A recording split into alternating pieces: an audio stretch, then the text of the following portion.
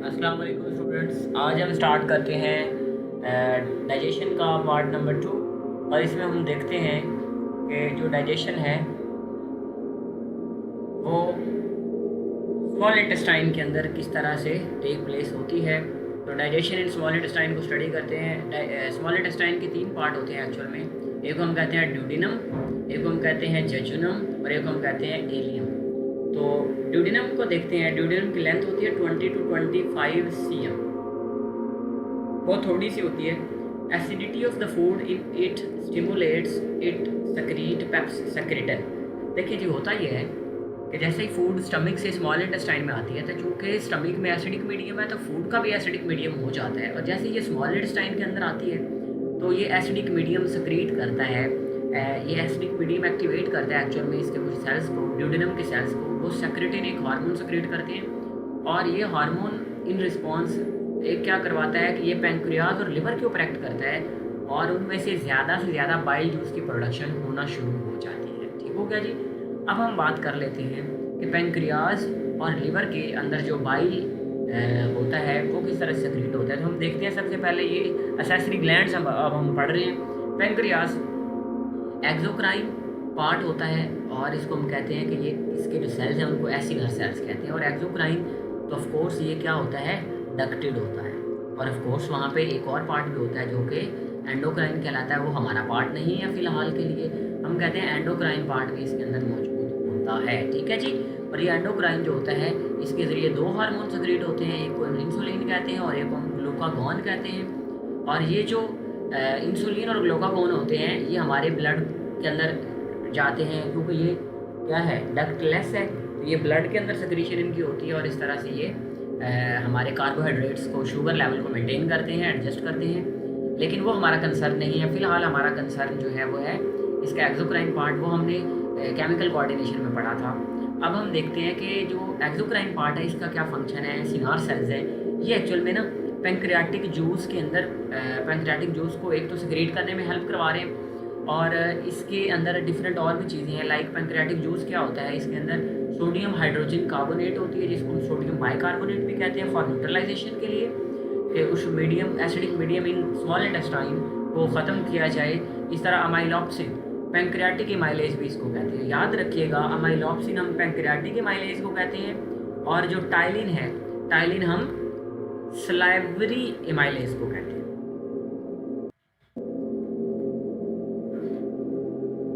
इसी तरह लाइपेज होता है लिपिड डाइजेशन के लिए और ट्रिप्सिनोजिन फॉर द ट्रिप्सिन में होता है और ये प्रोटीन के डाइजेशन करवाता है। देन आता है liver, it secretes bile which is a temporarily stored in the gall bladder. Actually हम कहते हैं कि ये बाइल सेक्रेट करता है और बाइल की सेक्रेशन या फॉर्मेशन लिवर में होती है। बट वो स्टोर कहाँ पे होता है, स्टोरेज इसके साथ एक छोटा सा इस तरह से ऑर्गन होता है। ये अगर हमारे पास लिवर है, छोटा सा ऑर्गन ये होता है, इसके साथ ही अटैच होता है एक डक्ट के ज़रिए से। तो हम कहते हैं कि गॉल ब्लैडर होता है और इसके अंदर ये टेम्परेरीली स्टोर करता है बाइल को। अब बाइल जो होता है वो ग्रीन कलर का होता है। एक्चुअल में ये ग्रीन कलर क्यों होता है एक्चुअल में, तो हम कहते हैं कि जब 120 डेज़ के बाद आरबीसी टूटते हैं ना तो उनके अंदर जो हीमोग्लोबिन है वो सबसे पहले बिलीवर्डिन में चेंज होती है और बिलीवर्डिन से बिलीरुबिन में चेंज होती है। तो बिलीरुबिन का फॉर्मेशन जो होती है तो हम कहते हैं कि इसका कलर क्या हो जाता है, एक्चुअली ग्रीन हो जाता है। एक्चुअल में ना इसका कलर ग्रीन होता है और आप एट द एंड ये आहिस्ता आहिस्ता येलोइश की तरफ जाना शुरू हो जाता है। तो हम कहते हैं कि ड्यू टू बिलीरुबिन प्रेजेंट इसका कलर ग्रीन होता है। ये वाटरी फ्लूइड है और इसके अंदर कोई एंजाइम नहीं। ये वाली बात आपने याद रखनी है। Which secretion does not have enzyme to bile, bile के अंदर कोई एंजाइम नहीं होता। फिर इसका क्या काम है वो देख लेते हैं। लेकिन ये एमल्सिफिकेशन करवाता है, एमल्सिफिकेशन ऑफ फैट्स एक्चुअली, यानी कि फूड को अंदर जो फैटी फूड है उसको तोड़ने के लिए और वाटर सॉल्युबल फैट्स बना देता है। ठीक है, छोटे छोटे। प्रॉब्लम इससे रिलेटेड क्या हो सकते हैं जी, हम कहते हैं इसकी वजह से जॉन्डिस हो सकता है जी। यानी कि अगर आपकी बिलिरुबिन बहुत ज़्यादा अमाउंट में बनना शुरू हो जाती है तो जॉन्डिस, यानी कि HB की ज़्यादा ब्रेक डाउन से ज़्यादा ऑफ कोर्स बिलिरुबिन बनेगी और जॉन्डिस हो जाएगा। जॉन्डिस एक्चुअल में क्या है, yellowing of skin and sclera of the eye. जो आपकी आईज़ के वाइट पार्ट होता है ना उसको सक्लीरा कहते हैं। और अगर वो वाइट होना शुरू हो जाए ना या स्किन येलो होना शुरू हो जाए, सॉरी वाइट कह रहा हूँ, येलो होना शुरू हो जाए तो ये कंडीशन होती है जॉन्डिस, जो कि आपको बताती है कि आपको हेपेटाइटिस हो गया है। ठीक ओके जी, और डिफरेंट डिजीज़ इसके साथ रिलेटेड हैं जी।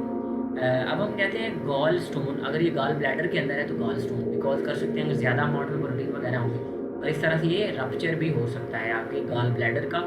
तो इसके बाद वाला जो पार्ट है दैट इज़ द जेजुनम, और जेजुनम जो होता है, जो हम वापस आते हैं ना, ये हमने दो एंजाइम, दो ग्लैंड्स पढ़े हैं, एक को पैंक्रियाज और एक को लिवर का है। अब हम वापस आते हैं, जो हमने ड्यूडिनम पहला पार्ट पढ़ा, इसने सेक्रेटिन रिलीज़ किया था और इसने एक्टिवेट किया था लिवर को और पैंक्रियाज को, ताकि क्या हो, डाइजेशन हो सके। अब सेकंड पार्ट में हम चलते हैं, दैट इज़ द जेजुनम।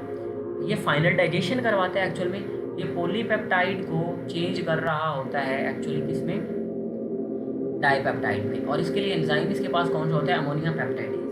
इसी तरह ये डाइपेप्टाइड्स को अमाइनो एसिड्स में चेंज कर रहा होता है, और इसके लिए इसके पास जो एंजाइम होता है दैट इज कॉल्ड एरिप्सिन। लिपिड्स को इसी तरह से ग्लिसरॉल और फैटी एसिड में चेंज करता है, और इसके पास एंजाइम होता है लाइपेज। इस तरह माल्टोज को ग्लूकोज में चेंज करेगा तो ऑफ कोर्स माल्टेज एंजाइम इसके पास मौजूद होता है। जो लार्जेस्ट पार्ट होता है वो आपके पास जेजुनम ही होता है।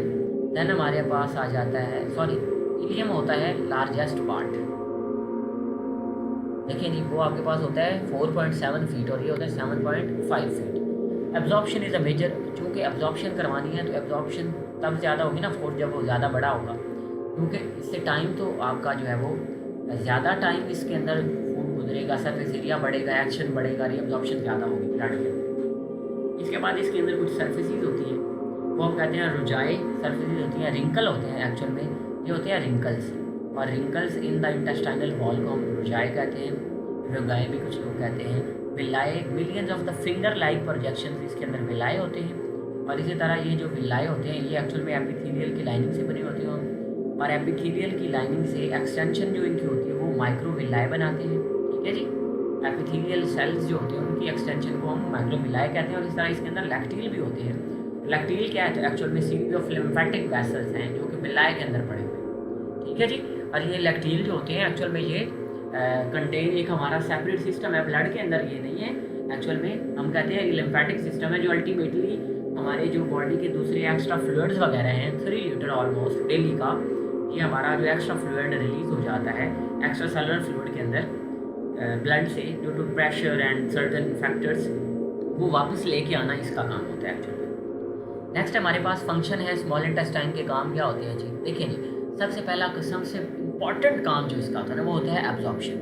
ठीक है जी, सबसे ज़्यादा इंपॉर्टेंट काम एब्जॉर्प्शन करवाती है ये फूड के अंदर जो न्यूट्रिएंट्स होती हैं उनकी ये डाइजेशन तो हो चुकी है, अब ये एब्जॉर्प्शन करवाना इसका मेजर काम होता है। ठीक है जी, जो इसका इलियम पार्ट करता है जो कि लार्जेस्ट पार्ट होता है, और देन क्या होता है कि वो फूड के न्यूट्रिएंट्स ब्लड सर्कुलेशन के अंदर चले जाते हैं, और सर्कुलेशन चूँकि ब्लड तो पूरी बॉडी के अंदर मूव कर रहा है, हर सेल जिसको भी चाहिए उसको दे देता है। ठीक है जी, तो हम कहते हैं अमीनो एसिड, फैटी एसिड, इस तरह की सारी चीज़ें जो होता है वो प्रोवाइड कर दी जाती है। अब दूसरा इसका काम क्या है, मेजर इसका काम एक और भी होता है, ये ना कुछ होते हैं फैटी एसिड्स और ग्लिसरॉल्स, यानी कि कुछ फैट्स ऐसे होते हैं जो ब्लड के अंदर डायरेक्टली जा नहीं सकते। क्यों नहीं जा सकते, क्योंकि उनकी ना ब्लड वेसल्स के पोर्स छोटे होते हैं। ये पोर्स छोटे होते हैं तो ये बड़े होते हैं। सिंपल सी बात है, अगर सुराख थोड़ा होगा भाई तो उसमें बड़ी चीज़ घुसेड़ेंगे तो नहीं जाएगी ना, सिंपल सी बात है।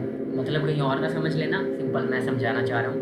ठीक है जी, तो not entered into the blood circulation directly, क्यों, क्योंकि इनका साइज़ बड़ा होता है। तो ये एक और सिस्टम के अंदर चले जाते हैं जो कि हम कहते हैं लिम्फेटिक सिस्टम होता है, और उसकी जो लिम्फेटिक वेसल्स होती हैं ना उनके सुराख बड़े होते हैं, समझ रहे हो, बड़े सुराख होते हैं तो बड़ी चीज़ें भी गुजर सकती हैं। into lacteals, then proteins are added into them, then these are changed into lipoproteins, और लिपोप्रोटीन से क्या होता है, ये आगे लार्ज थोरेसिक डक्ट में जाते हैं, लार्ज थोरेसिक डक्ट में जाने के बाद सब क्लेवियन वेन में जाते हैं, सब अल्टीमेटली देखिए सब क्लेवियन लेफ्ट सब क्लेवियन एक्चुअली लेफ्ट सब क्लेवियन वेन में जाते हैं, और अल्टीमेटली ये वेना केवा के अंदर जा सकते हैं। ठीक है, और तो इस तरह से ये सर्कुलेशन के अंदर शामिल हो जाते हैं, जो बाकी आपके फैटी एसिड और इस तरह की जो भी चीज़ें होती हैं, और अल्टीमेटली ये लिवर के पास भी जाती हैं ताकि जो स्टोर करना हो तो स्टोर कर लिया जाए, अगर यूज़ करना हो तो तब भी अल्टीमेटली ब्रेक डाउन करके तो उनको यूज़ किया जा सके। तीसरा क्या होता है जी, अनडाइजेस्टेड जो काम होता है, जो अनडाइजेस्टेड फूड है वो इससे बाहर चला जाता है और अल्टीमेटली लार्ज इंटेस्टाइन के अंदर जाता है, और लार्ज इंटेस्टाइन के अंदर अल्टीमेटली क्या होता है, बाहर निकाल दिया जाता है। देन हम आते हैं लार्ज इंटेस्टाइन के ऊपर। लार्ज इंटेस्टाइन एक्चुअल में इसमें कुछ नहीं करवाना, इसने सिर्फ 2 काम कराने हैं।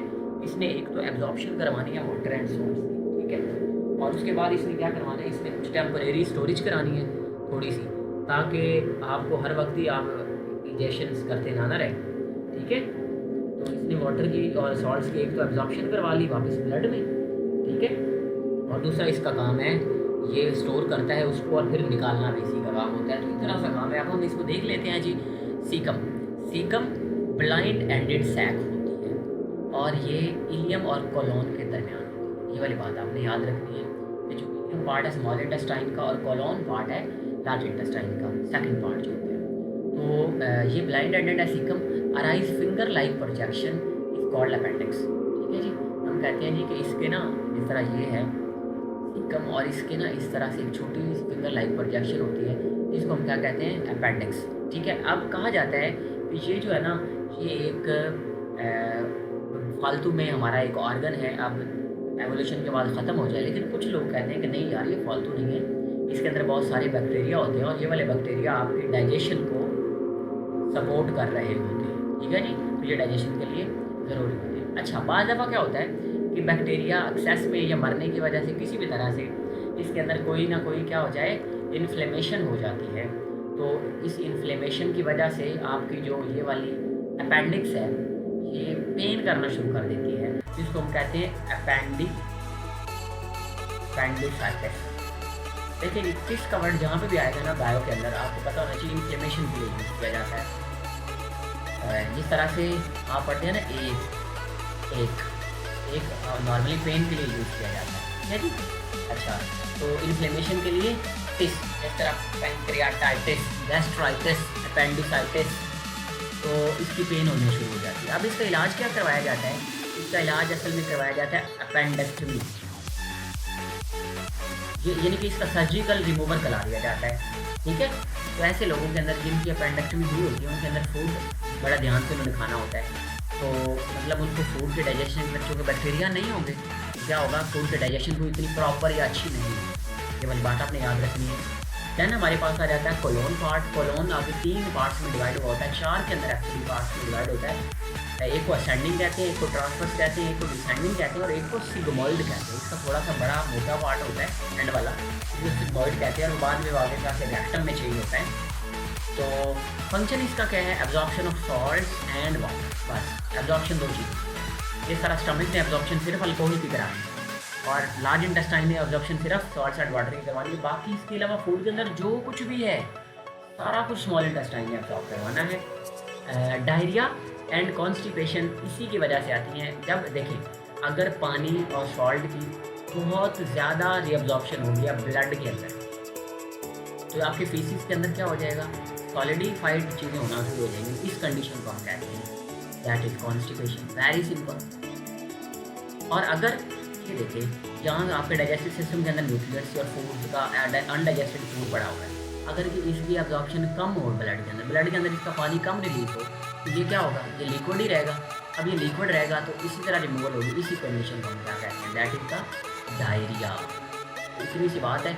अब ये डायरिया एब्जॉर्प्शन की कमी या एक्सेस की वजह से हो सकता होता है। अब रेक्टम है, रेक्टम क्या करती है, जैसे मैंने कहा था लार्ज इंटेस्टाइन के मेजर 2 काम है, थोड़ी बहुत एब्जॉर्प्शन कराती है और फिर टेम्परेरी स्टोरेज कराती है और रिमूवल कराती है। तो टेम्परेरी स्टोरेज जो होती है ना वो एक्चुअल में रेक्टम में होती है। और इसका फ़ायदा क्या होता है, इसका फ़ायदा ये होता है कि आपको हर वक्त पैम्पर की नहीं, आपको हर वक्त स्टूल लेने नहीं पड़ते, आप हर वक्त जो है वो वॉशरूम में थोड़े बैठे रहेंगे। तो इस तरह से कॉन्टीन्यूस डिजेशन से बचाता है। जिस तरह आपने पीछे पढ़ा था तो स्टमक जो होता है वो कॉन्टीन्यूस फीडिंग से बचाता है, तो रेक्टम जो होता है वो कॉन्टीन्यूस डिजेशन से बचाता है। डेफिकेशन रिफ्लक्स के जरिए ये रिमूव कर लिया जाता है। अच्छा, जिस तरह आपने पढ़ा ना कि सीमन की रिमूवल भी एक रिफ्लक्स के जरिए ही होती है, इसी तरह से आपकी जो इसकी रिमूवल है वो भी एक रिफ्लक्स के जरिए होती है, मतलब फ़ौरन हो जाती है। अब नेक्स्ट हम इस सारे पूरे के पूरे चैप्टर की समरी देख लेते हैं। तो सबसे पहले आप याद रखें माउथ, हमने यही चीज़ें पढ़ी हैं, माउथ, स्टमक, दैन आपने पढ़ा है ड्यूडिनम और दैन हमने पढ़ा है जेजुनम और अल्टीमेटली बस ये चीज़ें पढ़ी हैं। अच्छा, माउथ के अंदर सेक्रेशन होगी किसकी, स्लाइवरी इमाइलेज, उसका नाम है टाइलिन, जो मैं 2-4 दफ़ा बता चुका हूँ आपको, टाइलिन स्लाइवरी इमाइलेज हो गया जी, ठीक है। और पैनक्रियाटिक इमाइलेज को क्या कहते हैं, अमाइलॉक्सिन। ये पॉलीसेकेराइड को ना डाइसेकेराइड में चेंज करते हैं। ये वाली बात आपने ध्यान रखनी है, ठीक है जी। यानी कि डाइसेकेराइड को मोनोसेकेराइड में यहाँ पे चेंज नहीं किया जाता, पॉलीसेकेराइड को डाइसेकेराइड में चेंज किया जाता है। No enzyme for protein, protein के लिए कोई एंजाइम नहीं है। और लिंगुअल लाइपेज होता है जो कि एबनर ग्लैंड सेक्रीट करते हैं और ये नेग्लिजिबल होता है, इसलिए हम कहते हैं नेग्लिजिबल जो चीज़ होती है उसको नहीं समझा जाता। तो हम कहते हैं कि ज़्यादातर एब्जॉर्प्शन किसकी होती है, जो मोस्टली एब्जॉर्प्शन होती है कार्बोहाइड्रेट्स की जस्ट। तो स्टमक के अंदर प्रोटीन की मोस्टली डाइजेशन होती है, लेकिन ऐसा नहीं है कि कोई बाकी और डाइजेशन होगी नहीं। प्रोटीन डाइजेशन के लिए इसके पास पेप्सिन होता है जो कि इनएक्टिव फॉर्म में पहले होता है, पेप्सिनोजिन की फॉर्म में होता है। अच्छा, इसी तरह से जो गैस्ट्रिक एमाइलेज होता है उसका भी नाम होता है जेलेटिनेज, जेलेटिनेज। तो आपने तीन चीज़ें पढ़ ली, सलाइवरी एमाइलेज, जेलेटिनेज और pancreatic amylase for the carbs and gastric lipase for the lipids. अच्छा, ये नेग्लिजिबल अमाउंट में होते हैं, ये कोई बहुत ज़्यादा अमाउंट में नहीं होते, लेकिन मेन आपने याद रखना है प्रोटीन न्यूट्रिशन। देन ड्यूडिनम का पैंक्रियाटिक एमाइलेज में सेपरेट करवाना है, trypsin for protein digestion and lipase और एस्ट्रेज भी इसको कहते हैं फॉर लिपिड डाइजेशन। जैजुनम के अंदर क्या होता है जी, लैक्टेज, सुक्रेज, माल्टेज, ट्रिप्सिन, एमाइनोपेप्टाइडेज होते हैं। अब ये क्या करते हैं, डाइसेकेराइड से मोनोसेकेराइड बनाते हैं। सुक्रेज भी डाइसेकेराइड को मोनो में, माल्टेज भी डाइसेकेराइड को मोनोसेकेराइड में। और एरिप्सिन जो होता है ये अमाइनोपेप्टाइडेज, ये एरिप्सिन एंड अमाइनोपेप्टाइडेज जो होते हैं ये प्रोटीन को तोड़ते हैं, और लिपिड लाइपेज जो होता है ये लिपिड्स को तोड़ते हैं। तो ये था जी आपका, इसके बारे में हमने ये पढ़ा कि इसकी कुछ कंडीशंस पढ़ी, हमने हंगर पैंग पढ़ी, इस तरह से इसकी डिजीजेज पढ़ी, पायरोसिस या हार्ट बर्न पढ़ा, इसी तरह से हमने जॉन्डिस, गॉल स्टोन वगैरह पढ़े, और अल्टीमेटली हमने इसका जो डिजीजेज हैं डायरिया एंड कॉन्स्टिपेशन। तो ये था डाइजेस्टिव सिस्टम और उसके साथ लिंक्ड जो भी diseases. Thank you very much.